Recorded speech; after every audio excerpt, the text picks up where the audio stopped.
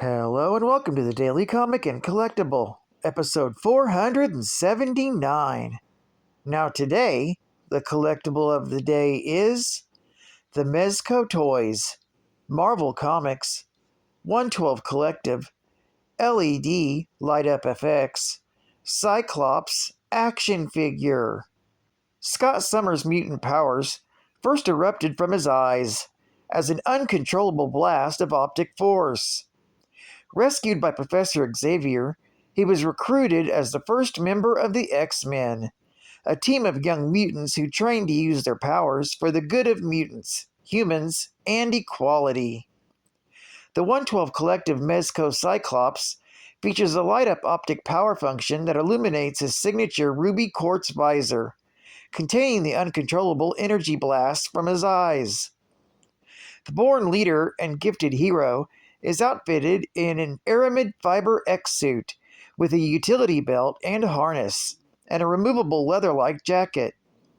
This Mezco 112 Collective action figure comes complete with a range of visor effects that light up when affixed to either head portrait, reflecting his devastating mutant abilities.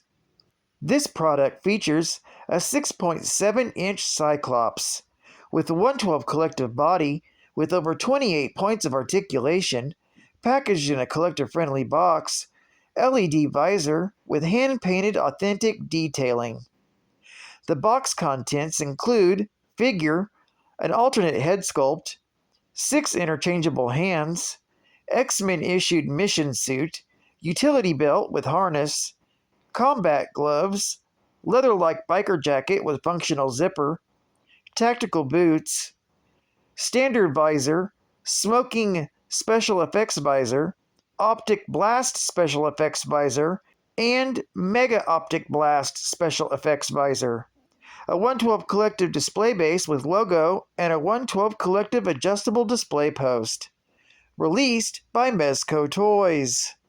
Now, the comic of the day is X Factor, Volume 1, Issue number 5, with a cover date of June 1986, with story by Bob Layton, art by Jackson Hughes, and cover by Ron Friends.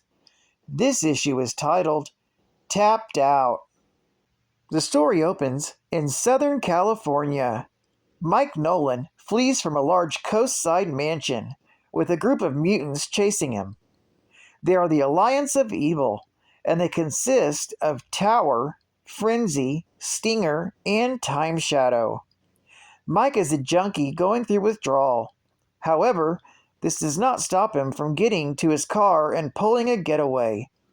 As the Alliance watches Mike speed off, Stinger begins to develop the shakes, and she's worried that without Mike's mutant powers, they will all begin to suffer from withdrawal. Meanwhile, in New York City, the members of X Factor are involved in their regular exercising regimen. When Jean begins discussing the negative impacts their activities posing as mutant hunters might be having on mutant-human relations, the mood is lightened up when Iceman uses his powers to freeze the Beast's feet. However, in retaliation, the Beast hangs Bobby from his underwear on a post high off the ground, necessitating Jean to rescue him. As they goof off, Scott remarks how they are all acting like they did back in the day when they first worked together, as the original X-Men. Back in California, Nolan has gotten a room in a cheap motel and desperately calls his ex-wife Susan to try and score off her. She is upset that her ex-husband is calling and tells him that she's gotten clean and no longer deals, and hangs up on him. When she sees an X Factor commercial on television, she picks up the phone and gives them a call. When the call goes through, Cameron Hodge pages the various members of X Factor. He calls Bobby and Hank out of clothing shops for designer threads for Hank. Scott is talking with Artie and Rusty when he's called in. When Rusty wonders why Scott is so glum, Artie pulls out an image of Scott's internal conflict over his feelings for Jean and Madeline, leaving the two boys to wonder who the other woman is. Warren is noting that Jean has taken up night classes in psychology at Columbia University, and they're called in just before Jean can start pressing him for answers about why Scott is acting so strange. When they meet with Cameron, despite the fact that Susan Nolan's call is sketchy and her background checkered, they agree to check it out in their mutant hunter guises. Meanwhile, back in California, Susan smells trouble and is packing a bag when her home is invaded by the Alliance of Evil, who have come seeking Mike. When they realize that he isn't there, they decide to take her captive and force the location of Mike out of her. X-Factor, meanwhile, arrives at the motel where Mike has been holed up in, and with Jean telekinetically picking the lock, they enter in and find Mike sprawled on the floor. Upon searching the man's room, they find a used needle and realize that he's a drug abuser. Putting the man in bed, they wait for him to wake up. To their surprise, when Mike's powers flare out of control, it boosts their own natural mutant abilities, revealing to Mike that the members of X-Factor are really mutants.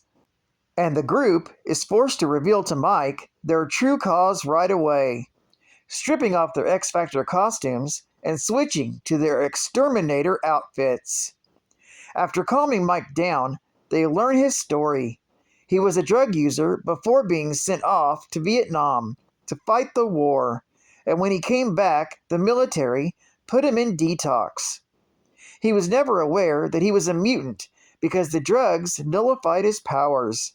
However, when he met a man who would later become the Alliance of Evil's Time Shadow, his mutant abilities would activate the latent abilities in the man, making him realize that he was a mutant. After then, he never kicked the habit in order to keep his powers in check. With his origins told, Cyclops suggests that they keep him high to keep his powers in check until they can get him under control. Beast suggests an alternative, synthesizing the reaction in the heroine that nullifies his powers. Not wishing to become a test subject again, Mike tries to make a break for it. Unfortunately, before they can stop him, the Alliance of Evil smashes into the room and attacks the exterminators. When they try to fight back, Frenzy and the others threaten to harm Susan if Mike doesn't use his abilities to boost their powers and return to them. Mike complies and boosts the Alliance's mutant abilities, and they easily trounce the exterminators, knocking them all out, and leaves with Mike and Susan. Taking Mike back to the headquarters, he's brought before their leader, who tells Mike that he will go back to their testing, or his ex-wife will be killed. The man in the shadows swears that Mike's talent will be used in his war against humans, swearing by his own name. Apocalypse. This story is continued in X-Factor, issue number 6. Geek Fact. This book is considered a key issue, being the first cameo appearance of Apocalypse, and it's the first team appearance of the Alliance of Evil. It's also the first appearance of 2 members on that team, Stinger and Time Shadow. Bonus Geek Fact. This story is an homage to X-Men, Volume 1, issue number 100, from August of 1976. Another bonus geek fact. Despite being in shadow, this was the first appearance of Apocalypse. Years later, Apocalypse was retconned into the origin story of the Living Monolith from Marvel Graphic Novel, Volume 1, issue number 17, from October of 1985, which was released a year before this issue. Advertising ad facts. The Saga of the Hobgoblin explodes in 1986. Look for the action in The Amazing Spider-Man! Coming soon! Oh dear, R2, what have you gotten us into now? Star Wars Droids.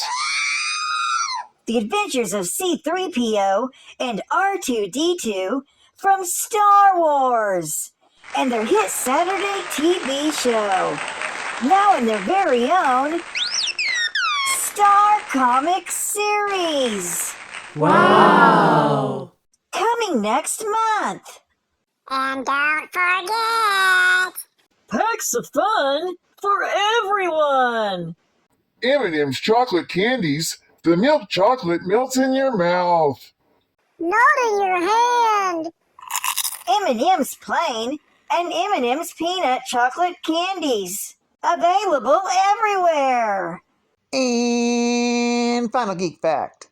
Bob Layton had originally intended to use the Owl as X Factor's main villain.